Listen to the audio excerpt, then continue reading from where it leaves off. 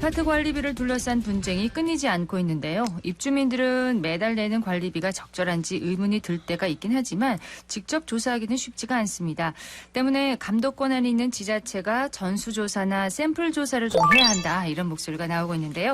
아파트 관리비 분쟁 실태와 개선 방안, 아파트관리신문의 김도형 기자와 함께 얘기를 나눠보도록 하겠습니다. 어서 오십시오. 안녕하십니까. 예, 김도영입니다. 반갑습니다. 네. 아파트 관리비 분쟁, 최근 지역에서도 사례가 있는 것 같은데 소개를 좀 해주세요. 네.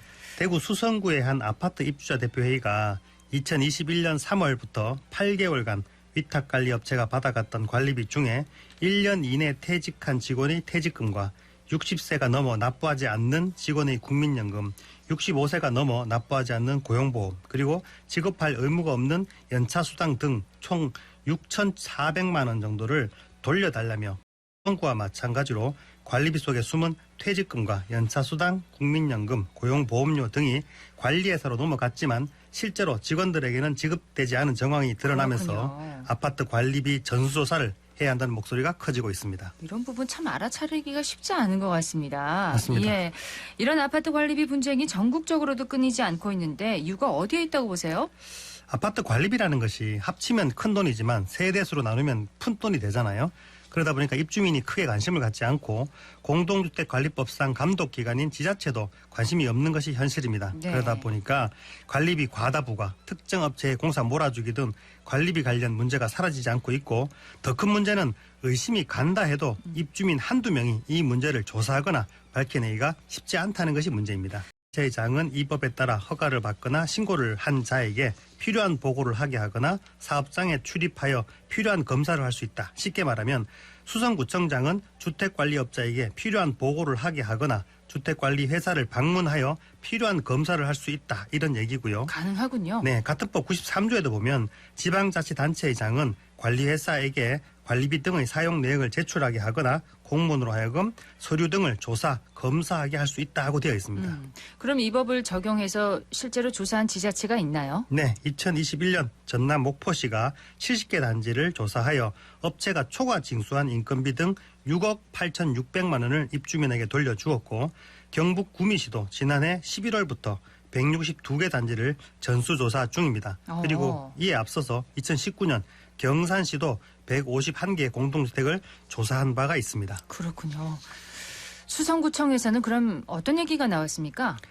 이런 법령 자료와 선례를 확인한 김대권 수성구청장은 피해 입주민에게 공동주택관리법상 구청이 개입할 근거가 있으니 관리업체 측에 자료 제출을 요구하고, 이에 불응할 경우에는 처벌 조항이 있는지도 검토해 보겠다면서 적극 행정을 지시했습니다. 네, 일단 좀 검토를 하겠다, 이렇게 긍정적으로 밝혔네요. 네네. 예.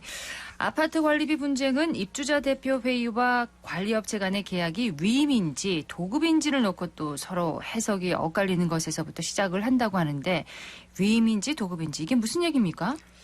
도급은 일정 금액을 주고 일의 완료를 관여하지 않는 계약으로 건설공사 같은 것이 대표적이고요. 이에 반해서 위임은 사무 처리를 부탁하는 것으로 비용을 정산하는 계약입니다. 네. 대표적으로 변호사와의 계약인데 수임료를 300만 원으로 하고 인지대와 송달료를 별도로 하겠다고 했을 때 인지대와 송달료를 쓰고 남으면 돌려주는 계약입니다. 네. 주택관리업자들은 주민이 초과 징수분을 청구할 때마다 도급 계약이라면서 마치 분쟁이 있는 것처럼 주장하지만, 대구시청이 2021년 6월 이미 도급 위임에 관한 정의를 했고 4대 보험료를 정산해야 한다는 것 또한 아파트에 공지한 적이 있습니다. 2021년 6월 9일 각 구청에서 모든 아파트로 보낸 위탁관리 아파트 직원 퇴직 충당금 및 4대 보험료 초과 징수 관련 행정지도라는 제목의 공문을 보면 입주자 대표회의는 퇴직 충당금 중 지급하지 않은 초과 징수분을 반환받는 방법을 안내했고, 네. 주택관리업자에게는 퇴직 충당금과 4대 보험료 중 초과 징수분에 대해서 정산을 철저히 하고 반환하라고 지시했습니다. 그리고 이 공문 중간에 아파트 위탁관리 계약은 대부분 도급 계약이 아닌 위임 계약이라고 명확하게 정의를 했습니다. 예. 그리고 공주법 52조에도 주택관리업자의 지위는 민법 중 위임에 관한 규정을 준용한다고 규정되어 있기 때문에 도급이라는 것은 사실 말이 안 되는 주장입니다. 관리업체 측에서는 도급이라고 주장을 하는 건가요? 네네. 예, 입주자 대표회에서는 이건 분명히 위임이다. 네네. 근데 관리비 내역이 이제 투명하게 관리되려면 위임 계약을 해야 하는 거 아닌가요? 그러니까 계약을 해야 되는 건가요? 맞습니다. 대법원 판례를 포함해서 최근 판례를 보면 대부분 위임 계약이라며 초과 징수한 돈을 돌려주라는 판결이 꼬리를 물고 있습니다. 판결문을 보면 계약서에 위임을 배제하는 조항, 즉 민법상 위임 규정을 준용하지 않는다는 특약을 명시하지 않는 한 아파트 관리 계약은 위임 계약으로 본다는 것이 설명입니다. 네. 입주민 입장에서는 당연히 위임이라고 계약하는 것이 맞고 공주법에도 있고 대구시 준칙에도 있는 계약 방식으로 당연히 입주민이 이익인 위임으로 해야 되는데 무슨 감원 이설에 속아서 민법상 위임 규정을 준용하지 않는다는 특약을 넣는 아파트가 아직도 있다는 것이 도무지 이해가 가지가 이런 않습니다. 특약을 넣는 아파트가 있군요. 네네. 서재에 있는 에코폴리스 동아 IBC 3차의 경우에 계약서에 도급계약이라는 문구가 있었지만 판결문을 보면 도급이라는 용어가 있어도 실질적 내용을 살펴본 바 위임 계약이었다면서 주택관리업자가 챙겨간 미지급 퇴직금 등 관리비 4,400만 원을 돌려줘라라고 판결한 예가 있습니다. 법적인 이런 시시비비를 따지기 전에 분쟁이 일어나지 않도록 관리비를 좀 제대로 관리하면 좋겠는데 방법이 없을까요?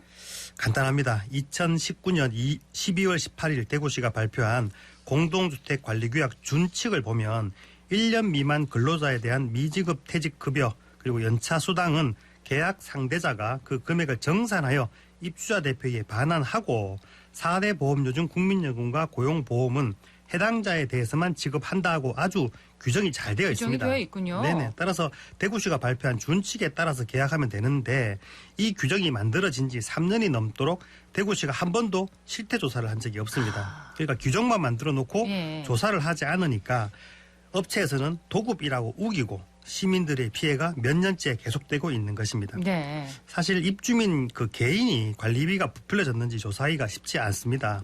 따라서 대구시청이나 구청이 다른 지자체처럼 전수조사를 해야 한다는 것이 주장입니다. 준칙을 만들어 놓고 제대로 잘 지키고 있는지 좀 조사를 제대로 해야 되겠습니다. 네. 관리비가 나오면 항목이 여러 가지잖아요. 네. 저도 뭐 이렇게 자세하게 보지는 않거든요. 입주민들이 특히 눈여겨봐야 할 항목이 있습니까? 저도 아파트에 살지만 관리비 고지서로 지금 문제가 되고 있는 4대 보험료 초과징수나 미지급 퇴직금 반환 등을 확인할 수가 없어요. 대신 공동주택관리법 제27조를 보면 입주민이면 누구나 관리비 집행에 관한 모든 거래와 증빙 서류를 확인하고 복사할 수 있거든요. 그런데 관리소는 개인정 잘 보여주지 않는다는 것이 현실입니다. 대부분 위탁관리 회사에 있다, 본사에 있다 하면서 오리발을 내밀고 있는데 네. 법으로 보면 우리가 낸 관리비는 언제든지 어떻게 썼는지 확인할 수가 있습니다. 궁금하면 열람할 수가 있군요. 네네. 당연한 권리군요. 네네. 예. 이런 걸 좀 알려주고 교육을 좀 해주면 당연한 권리를 좀 누릴 수 있을 것 같은데 네네. 그런 기회가 잘 없습니다. 그 시청에서 1년에 한 번 아파트 관리 열린 주민학교라는 프로그램을 하긴 합니다.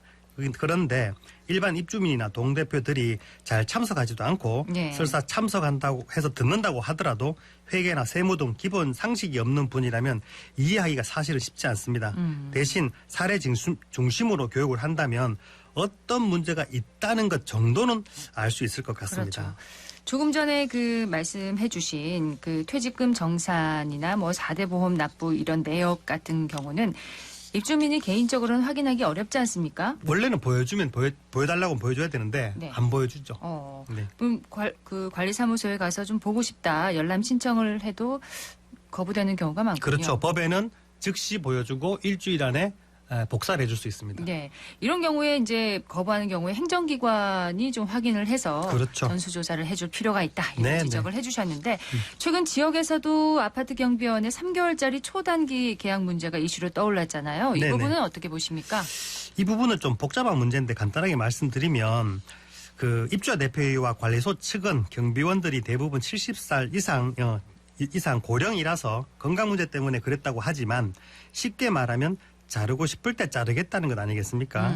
이 업체 입장에서는 초단기 계약을 해야만 퇴직금 주기 전인 6개월이나 9개월에 해고를 하고 그러면 입주민이 6개월이나 9개월 동안 납부했던 퇴직급여 충당금을 회사의 수익으로 남길 수 있기 때문에 예. 그렇게 하는 거거든요. 예. 그래서 미지급 퇴직금을 돌려준다는 대구시 준칙 그 표준 계약서가 있지 않습니까? 그렇죠. 그것을 사용해서 퇴직금 때문에 어려운 분들이 해고되는 일이 없도록 했으면 좋겠습니다. 예.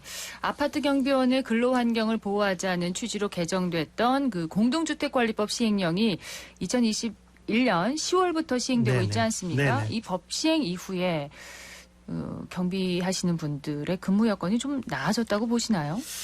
그 개정 내용을 보면 공동주택 내 경비원에게 단지 내 청소와 이에 준하는 미화의 보조, 재활용품 분리 배출을 감시하고 정리하는 것, 그리고 안내문 게시 및 우편 수치함에 투입하는 것, 주차 관리와 택배 물품 보관 등은 허용된 업무로 했고 네. 택배 물품을 각 가정에 직접 배달하거나 입주민 차량을 대리 주차하는 행위 등은 할 수 없는 업무로 규정했습니다. 이 법이 발표되면서 지금까지 뉴스에 나온 것처럼 누구 어떤 특정인의 이사를 도와준다든가 특정 입주민의 집에 택배를 배달해야 했던 그런 갑질은 사라졌지만 네. 아직 법 개정의 내용을 잘 모르거나 설마 하는 심정으로 경비 업무가 아닌 공용 부분의 수리를 시키거나 동의서나 연명서를 받으라면서 각 세대를 돌게 하거나 전기 검침을 시키는 일부 아파트가 있습니다. 앞으로 이런 일들은 없어야 되고요. 예. 감독기관의 홍보와 단속이 필요한 부분입니다. 자, 끝으로 살기 좋은 공동주택을 만들기 위해서 모두가 노력해야 되잖아요. 입주민과 관리업체 어떤 노력을 좀 더 해야 한다고 보시나요? 대구 시민의 절반 이상이 아파트에 살고 있고 아파트 관련 정책 하나하나가 수많은 시민들의 삶에 영향을 주고 있습니다. 공동주택관리법이라는 용어도 처음 듣는 시민들이 많지만 네. 우리 집 관리비나 대표회의의 의결사항에 관심을 갖는다면 적정한 비용과 만족한 서비스를 받을 수 있는 길이 빨리 열릴 것으로 기대됩니다. 그리고 중요한 것은 자신의 업무에 바쁜 시민들을 대신해서 감독기관인 시청이나 구청이 법에 주어진 권한을 잘 활용해서 아파트 관리에 부정과 비리가 없도록 관리해 주는 것이 무엇보다 중요하다고 생각됩니다. 물론 나타나지 않는 항목도 있다고 하셨지만 관리비 고시서 이제 좀 더 자세하게 뚫어지게 쳐다봐야 될 것 같습니다. 그렇죠. 예, 오늘 말씀 고맙습니다. 감사합니다. 아파트관리신문의 김도형 기자였습니다. 감사합니다.